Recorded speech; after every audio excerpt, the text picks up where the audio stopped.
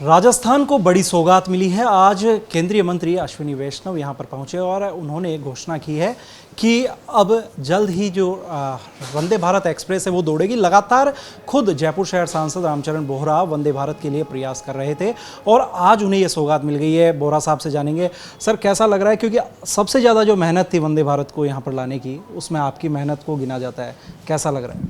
देखिए, यहाँ माननीय प्रधानमंत्री के नेतृत्व में जिस प्रकार से 9 वर्ष में जो रेलवे का, नेशनल हाईवेज़ का, एजुकेशन का, हेल्थ का और जितने भी अलग अलग विभाग हैं उनमें एक रूपता लाकर और एक विकास योजनाओं का, जिस तरह से माननीय प्रधानमंत्री जी कहते हैं, सबका साथ, सबका विकास, सबका विश्वास, सबका प्रयास, और हम आम आदमी के साथ जुड़कर आम आदमी की समस्याओं को ध्यान में रखते हुए रेलवे ने जिस प्रकार का जो काम किया। और वंदे भारत की जहाँ तक बात है, वंदे भारत माननीय प्रधानमंत्री का एक ज़बरदस्त प्रोजेक्ट है और उन्होंने हर दृष्टि से उसके कोच को बनते हुए भी देखा है, किस प्रकार से कोच बन रहा है, किस प्रकार से लाइनें ठीक होगी, किस प्रकार से मेंटेनेंस होगी, किस प्रकार का स्टाफ रहेगा।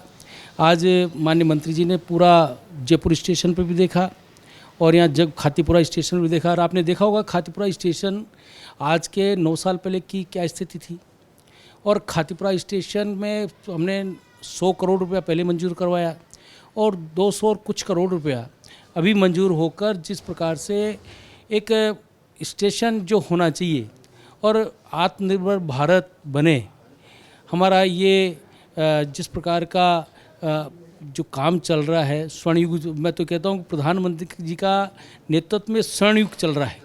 और इस स्वर्ण युग में अमृत योजना के तहत 50 स्टेशन भी हमने इस बार लिए हैं पूरे, और मैं सौभाग्यशाली हूँ जो वर्ल्ड क्लास स्टेशन गांधीनगर बनने का काम हुआ, उसमें 217 करोड़ रुपया खर्च होगा। इसी प्रकार से जयपुर स्टेशन है, उसमें 727 करोड़ रुपया के इंफ्रास्ट्रक्चर डेवलप हो रहे हैं। वंदे भारत ट्रेन चल रही है, आपने देखा होगा जयपुर से लेके दिल्ली तक हमने जिस प्रकार से इलेक्ट्रिफिकेशन का काम किया है, जयपुर से सवाई माधोपुर तक हमने इलेक्ट्रिफिकेशन का काम किया है। इन 9 सालों में मैं समझता हूँ कि एक आमूलचूल परिवर्तन और इंफ्रास्ट्रक्चर डेवलप करने का जो काम माननीय प्रधानमंत्री के नेतृत्व में हुआ है। आज अमृत योजना के तहत हमने सीवरेज लाइन डालने का काम किया है। हाउस फॉर ऑल की बात जहाँ करें, 3.5 करोड़ मकान बनाकर गरीबों को, जो जिनके सर पर छत नहीं थी, उनको आवास देने का काम किया है।